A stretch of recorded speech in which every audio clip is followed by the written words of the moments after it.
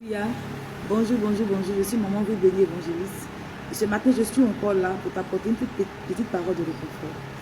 Vraiment que Dieu vous bénisse. Et je suis vraiment heureuse de vous retrouver ce matin. Et nous allons ce matin parler, bien aimé, de la vie de Job. Alors, moi, j'aime pas les longues vidéos, donc on va aller vite en besogne.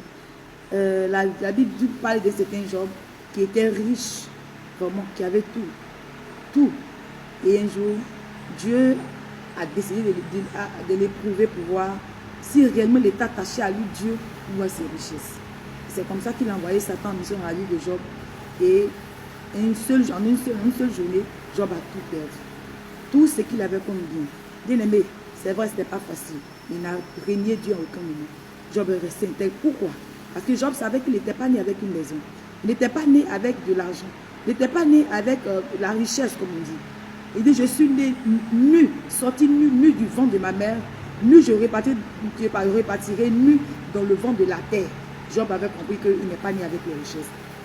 Mais il n'était pas attaché aux richesses.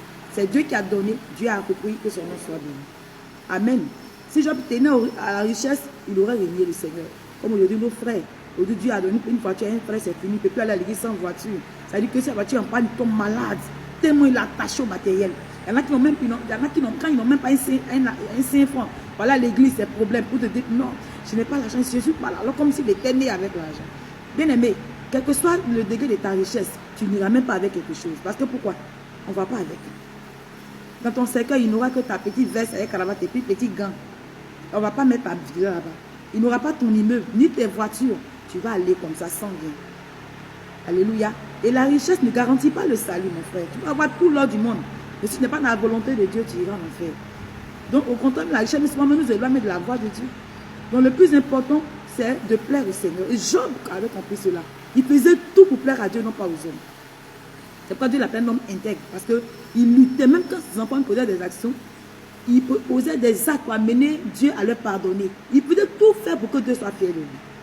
On doit aussi faire comme Job. Nous arranger pour que Dieu nous aime. Bien aimé, malgré tout ce qu'il a perdu, il est resté intègre.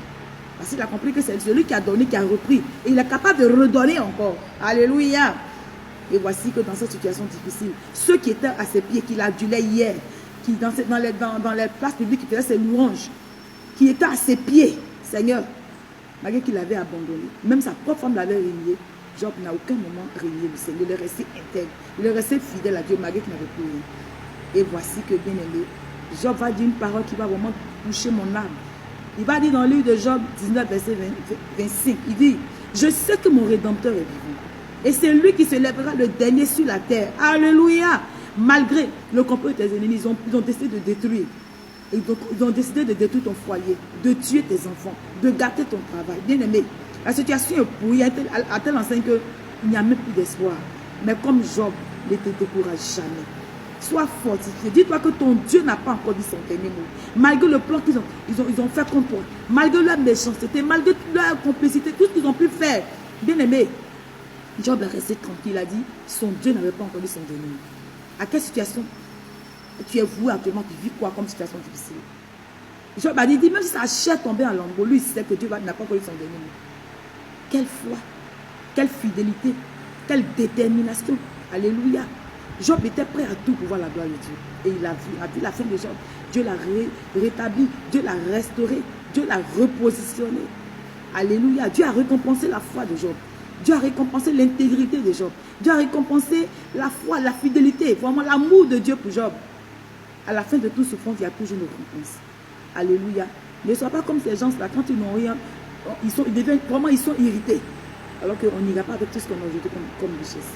Les hommes aussi, tu vas voir, c'est là que tu pourras leur voir, quand tu n'auras plus rien, tu sauras, même ceux que tu appelais tes intimes, ils vont t'abandonner. Tes propres frères vont t'oublier. Personne ne va faire de toi, ils ne feront de toi aucun cas. Mais ton Dieu, lui, il ne t'abandonnera jamais. Et c'est lui qui va te repositionner. C'est lui qui va essuyer tes larmes. C'est lui qui va te consoler. C'est lui qui va te bénir. Ne l'oublie jamais. Attache-toi, quel que soit ce que tu peux vivre comme situation. Attrape la main de Jésus et ne laisse jamais. Sa robe là, si c'est en cas de déchirer. Mais toi, attrape-la fermement. Parce qu'au bout de cette difficulté, à la fin, bien aimé, tu t'éloigneras. Que Dieu te bénisse. Sois fortifié, tu n'es pas seul. Que Dieu te bénisse. Sois béni au nom de Jésus. Amen.